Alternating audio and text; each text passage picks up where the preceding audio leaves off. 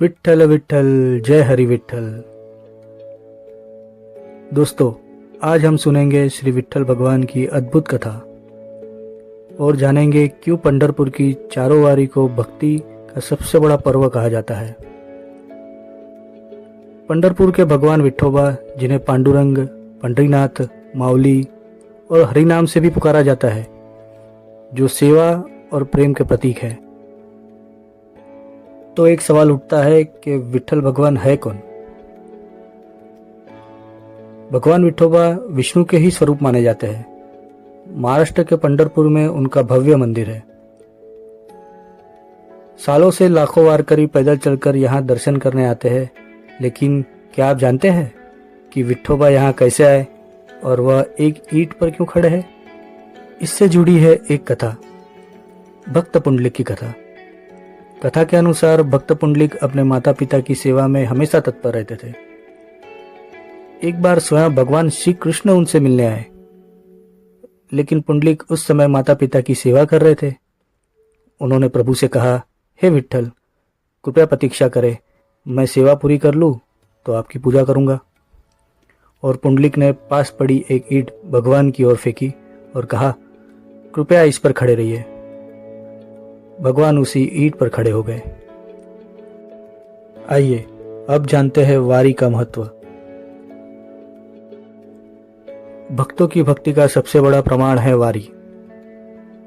पंढरपुर की यात्रा, जिसे वारी कहा जाता है, और वारकरी यानी वारी करने वाला, अर्थात वारकरी वह भक्त है जो हर साल संतों की पालकी लेकर पंढरपुर पैदल यात्रा करके भगवान विठोबा के दर्शन करता है। पंढरपुर में साल में 4 मुख्य वारी होती है। पहली है आषाढ़ी वारी, जिसे देवशयनी एकादशी भी कहा जाता है। इसे सबसे बड़ी और महत्वपूर्ण वारी माना जाता है। लाखों वारकरी संत गणेश्वर और संत तुकाराम की पालकी लेकर पंढरपुर पहुंचते हैं।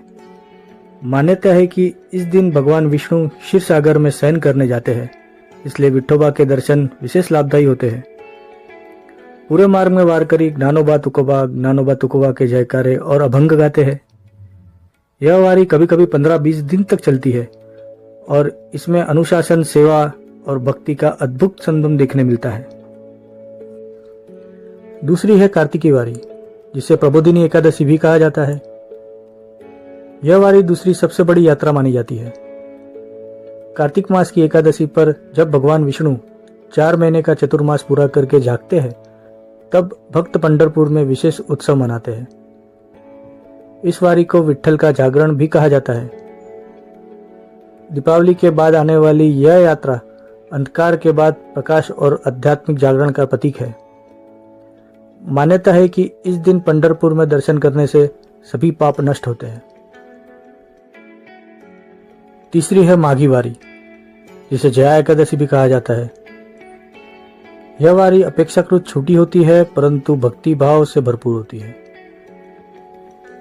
माघ मास में ठंड के बीच भक्तजन बड़ी संख्या में पैदल पंढरपुर पहुंचते हैं। इस दिन जया एकादशी का उपवास विशेष पुण्यदायी माना जाता है। मान्यता है कि इस एकादशी के उपवास और विठ्ठल दर्शन से पूर्वजों की मुक्ति होती है।